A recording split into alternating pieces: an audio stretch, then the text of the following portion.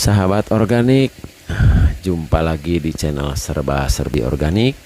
Kali ini saya akan menjelaskan mengenai teknologi tepat guna untuk kolam ikan air tawar. Nah, ini kolam ikan ini adalah sudah turun temurun ya, dari sejak kakek saya sampai akhirnya sekarang kita masih gunakan teknologi tepat guna ini. Nah, seperti yang teman-teman saksikan, ini adalah pembuangan dari kolam ikan ini, yaitu pembuangan harian ya. Jadi kita sengaja ambil airnya itu dari dasar yang dibuangnya.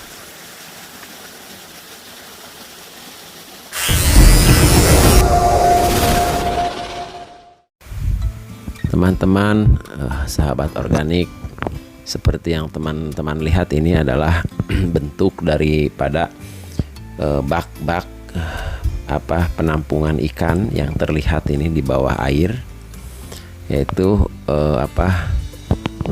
kita sedang menguras ini. Kita ini sedang akan menguras kolam ini dan akan mengambil ikannya.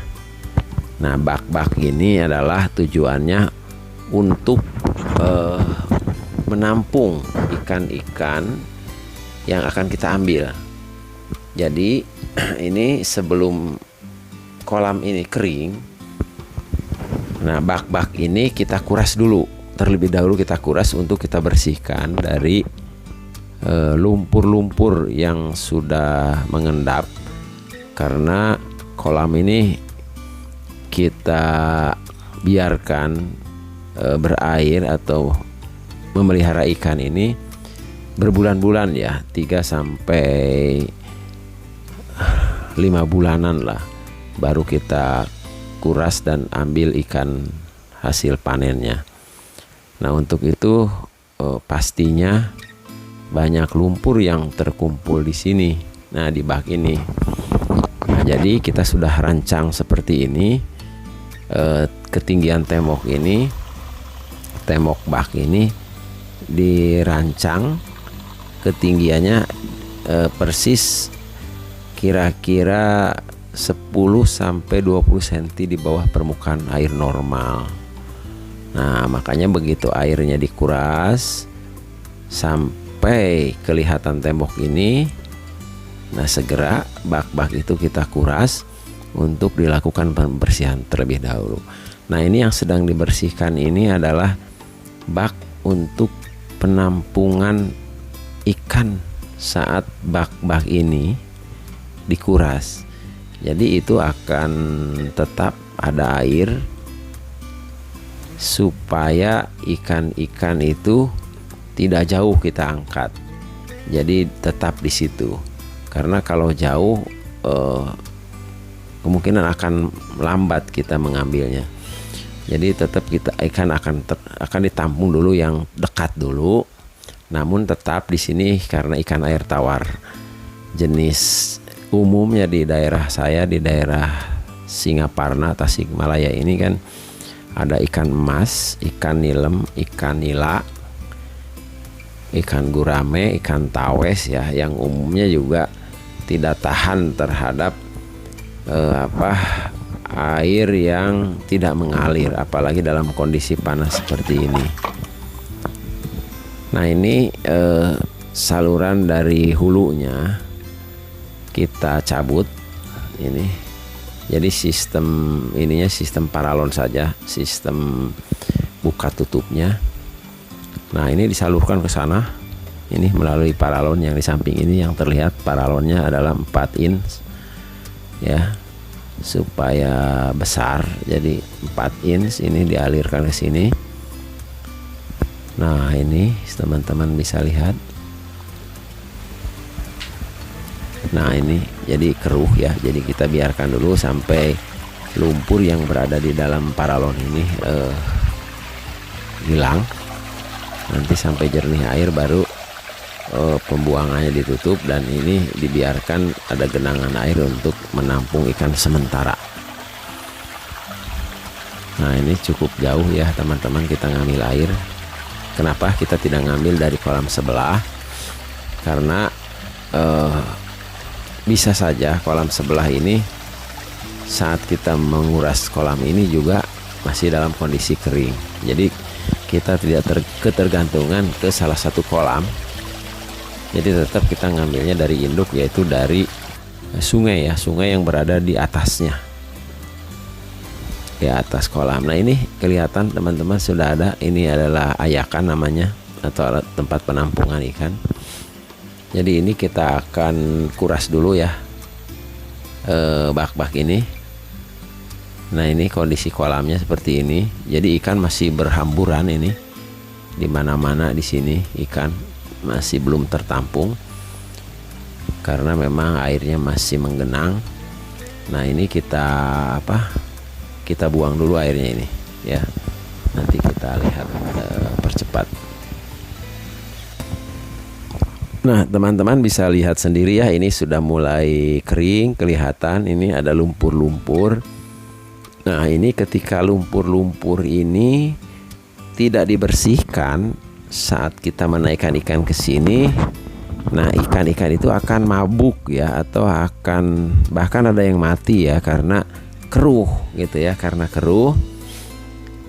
Terus juga kalau ini bersih, airnya jernih, ikan juga dengan sendirinya dia mencari aliran air yang bersih, sehingga bisa dengan sendirinya ikan bergerak naik ke bak ini. Nah ini contoh ikan-ikan yang ada di sini. Ada ikan nilem ya, ikan nila di sini ya. Kebetulan saya nanamnya ikan nilem, ikan nila saat ini ya yang dominan ya, terutama nila ya, nila gesit ini. Tuh. Seperti itu. Jadi kita bersihkan, kita ambil dulu ini ikan. Mungkin saat ini karena baru pengurasan awal ini tidak banyak ya, tidak banyak ikan di sini, belum banyak karena memang sengaja belum dinaikkan ke sini. Nah ini kalau lebih lama lagi kolamnya ini lumpurnya seperti ini nih, jadi lebih tebal, lebih lama tidak dikuras ini akan lebih tebal, jadi akan sangat kurang bagus sekali nih kalau ini memang tidak dikuras terlebih dahulu. Tuh lihat teman-teman ya, sampai mengental begitu lumpurnya. Ini akan merusak ikan nantinya. Ikan banyak yang mati ketika ikan masuk ke sini karena memang tadi keruh kalau tidak dibersihkan. Nah ini dibersihkan sampai betul-betul hilang lumpurnya. Dan ini seperti teman-teman lihat ini kita tembok ya bawahnya, terus juga ada lubang di tengah. Lubang di tengah ini tujuannya untuk mempermudah ya, mempermudah baik itu menguras air ataupun mengambil ikan saat tinggal sedikit ikannya sudah tertampung dengan sendirinya di situ. Jadi tidak menyebar gitu, tidak menyebar sehingga ikan mudah dan tidak rusak ikan. Ini teman-teman lihat ya pintu airnya. Jadi ini ditutup, dikasih rapat dengan tanah ya, karena pasti ada sedikit-sedikit bocor di setiap sisinya.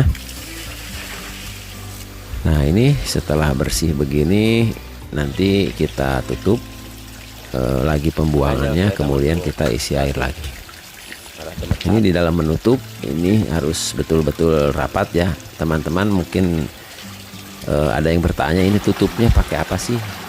Jadi ini pembuangan yang ini kita pakai 3 inch ya. Nah tutupnya kita biasa buat dicetak dari semen ya, dari semen supaya dia kuat dan berat. Berat itu dia tidak akan mental ke atas ketika ada air ya, karena kalau kayu ringan bisa aja dia terpental ke atas, ngambang gitu ya. Nah seperti ini. Jadi jika itu sudah yang bak satunya sudah selesai diisi air, kemudian bak yang pertama ini yang paling hulunya dibersihkan dengan proses yang sama ya, dengan proses yang sama. Nah jika sudah selesai ditutup kembali, dan inilah ini kondisi setelah bersih dan dikasih air penuh. Nah ini lihat ada orang di sini, yaitu membersihkan ini lumpur-lumpur, disingkirkan di sepanjang jalur untuk naiknya ikan. Dan ini ada saringan apa di tengah ini adalah saringan air. Jadi pembuangan air supaya air dari sini, dari hulu ngalir ke situ. Nah, ke sini ke pintu air. Nah, ini aliran air di sini kita buang di sini. Jadi karena karakter ikan-ikan pada umumnya, terutama ikan nila, ikan mas, ikan nilem itu akan mencari aliran air. Dia pasti mencari dari mana datangnya arah air. Nah, makanya dibiarkan aja begini. Jadi air tetap ngalir dan tetap membuang, sehingga ikan dari mana-mana akan berkumpul dengan sendirinya. Nah, ini teman-teman lihat ya, ikannya sudah mulai naik. Ini ada nampak di sini udah banyak. Jadi naik dengan sendirinya dan ikan tidak rusak. Ya, ini nampak kalau dari belakang ya. Ini dari arah belakang. Ini sosok namanya saringan. Ini aliran air ke sini. Nah, jadi ikan ada di sini, itu ada orang-orang di sini, dia akan menyeret ikan sampai ke pintu air. Nah, ini coba diperhatikan teman-teman. Nah, ini ikan ya. Jadi ini nih ikan dengan sendirinya dia ikut air. Makanya ini rancangan kolamnya juga dibuat sedemikian rupa sehingga air itu ketika kering itu menuju ke satu titik, tidak menyebar ya. Jadi dibuat kemiringannya tertentu lah. Ini kemiringannya ke arah bak ini. Coba teman-teman lihat. Jadi ikan sudah dengan sendirinya, dengan mudahnya bersih. Nah, ini udah. Jadi ikan itu masuk dengan sendirinya, masuk sini. Nah, jadi ikan semua sekarang sudah tertampung di sini. Jadi sudah aman, walaupun mau besok kecapean misalkan hari ini, besok juga nggak masalah, karena yang penting air tetap mengalir ini, tetap mengalir dan sirkulasi ya. Ini, nah seperti teman-teman lihat ini udah kering, jadi ikan sudah tidak ada lagi di luar. Sangat-sangat mudah sekali. Nah sudah, jadi itu yang ambillah sedikit-sedikit sambil mencari, mungkin ada udang dan lain-lain yang untuk digoreng gitu ya, dikonsumsi.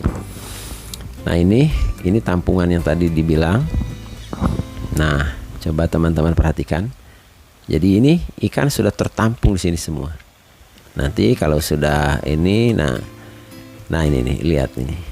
Ikan semua tertampung di sini. Ini ikan nila ini teman-teman. Nah, jadi nggak masalah karena ikan airnya besar, jadi ikan walaupun banyak akan tetap aman tuh, bahkan sebagian akan naik sini. Kemungkinan yang naik itu ikan nilem ya, ikan nilem atau ikan mas. Nah, ini kalau memang masih ada sedikit-sedikit bisa diserok lah secara manual, tapi tidak akan banyak karena sebagian besar sudah masuk sini. Nah, sekarang sudah dipindah ke sini ya saluran airnya, pembuangan airnya. Kalau tadi di luar, nah sekarang pembuangan airnya di sini. Nah, ini teman-teman nanti setelah selesai, nah baru kita kuras lagi. Sekarang pengurasannya bukan untuk tujuan pembersihan, tapi untuk mengambil ikannya. Ini ikan nampak sehat sekali ya ikannya. Ini dipilih, kalau ada yang besar dipisahkan, karena kalau tidak dipisahkan pasti ikan besar ini akan merusak ikan kecil karena dia akan merontak ya. Nah, makanya dipisahkan antara ikan besar dan ikan kecil.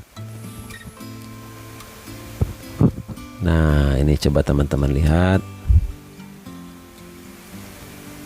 Nah, ini ya ikan besar ini contohnya ikan nila nih, pisahkan. Nah, jadi yang kecil di sini di ember lain. Oke. Terus ini jadi di sini bisa lebih santai ya, teman-teman, bisa lebih tidak keburu-buru ngambilnya karena ikan sehat. Ini penampungan yang tadi di bagian hulu ya, air. Jadi air itu mengalir dari sini sampai ke hilir. Nah, jadi untuk sementara kita tampung di ayakan ini. Ayakan. Jadi di sini aman, tidak akan rusak ikan, dan tidak akan rusak, tidak akan mabok lah. Mabok itu yang biasanya pada akhirnya bisa mati, apalagi dalam kondisi panas nih. Ini tengah hari ini Kondisi panas begini, kalau airnya tidak mengalir, dia akan mati. Nah teman-teman, ini nampak kolam ketika kering ya.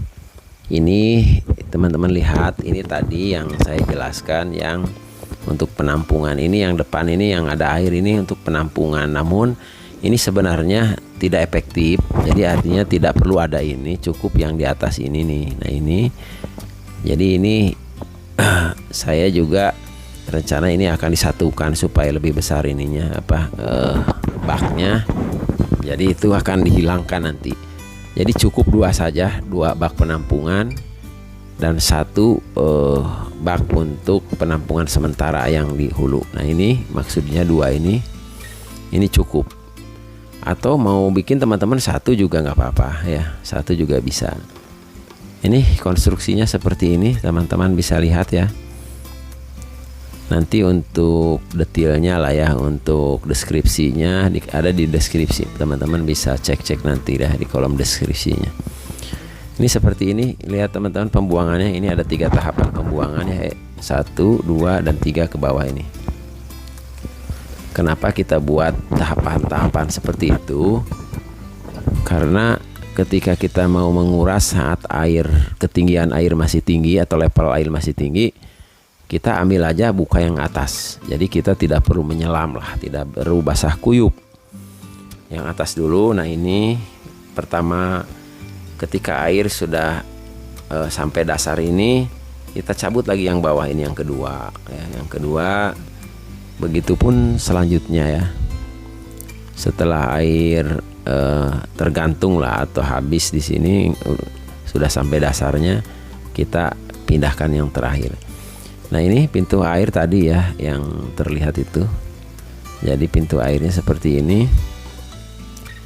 Jadi air ikan dengan sendirinya masuk ke sini ya, ke sini nih, ke dalam sini. Ketika airnya makin kering. Nah setelah itu langsung ditutup dan dikasih besar lagi airnya untuk yang di atas ini, yang di dalam ini. Nah langsung pembuangannya ke sini. Nanti pembuangannya ke sini. Jadi air tetap bisa mengalir, tapi pembuangannya dipindahkan ke sini. Kalau tadi pembuangannya di luar bak atau bak penampungan ini, nah sekarang kita pindah ke sini, baik yang pertama atau yang kedua tahap. Dilihat, disesuaikan dan kebutuhan. Nah ini yang tadi yang dimaksud dengan pembuangan ini, nampak teman-teman lihat, nah, ini pembuangan utama nih. Nah ini yang tadi pembuangan itu di sini, ini 6 sampai 8 in ya. Sengaja ini diambil besar, dibuat besar karena untuk menguras kolam atau lumpur. Ini nampak dari jauh ya teman-teman, ini sungai, bagian sungai ini yang tembok ini sungai kecil lah untuk pemasukan air. Ini bagian hulunya. Nah ini kemiringannya, dia miring ke sini kolamnya. Nah ini kebetulan juga berdampingan dengan sawah. Nah ini sebelah sini, nah ini pembuangannya nih. Teman-teman bisa lihat, ini adalah pembuangan air yang tadi di awal saya sampaikan. Nah ini seperti ini pembuangannya. Jadi pemasukan di hulu, pembuangan harus di hilir. Jadi air sirkulasi ya. Jadi air yang terbuang itu air yang dari hilir, bukan yang baru masuk. Nah kebetulan di sebelahnya adalah ada sungai yang dalam, sehingga di sini adalah pembuangannya mudah. Ya teman-teman, ini saya pikir cukup jelas ya. Ini teman-teman lihat baknya. Ini juga pembuangannya seperti ini. Bentuk bisa berbagai macam lah, tergantung arahnya, macam arah pintu air, tidak harus selalu seperti ini. Bisa dari sebelah, berbagai arah lah, tergantung situasi kolam, karena pasti tidak setiap kolam juga berbeda-beda ya, setiap tempat. Jadi disesuaikan saja. Hanya teman-teman perlu prinsipnya bahwa kolam penampungan ini adalah untuk tempat penampungan sementara ikan.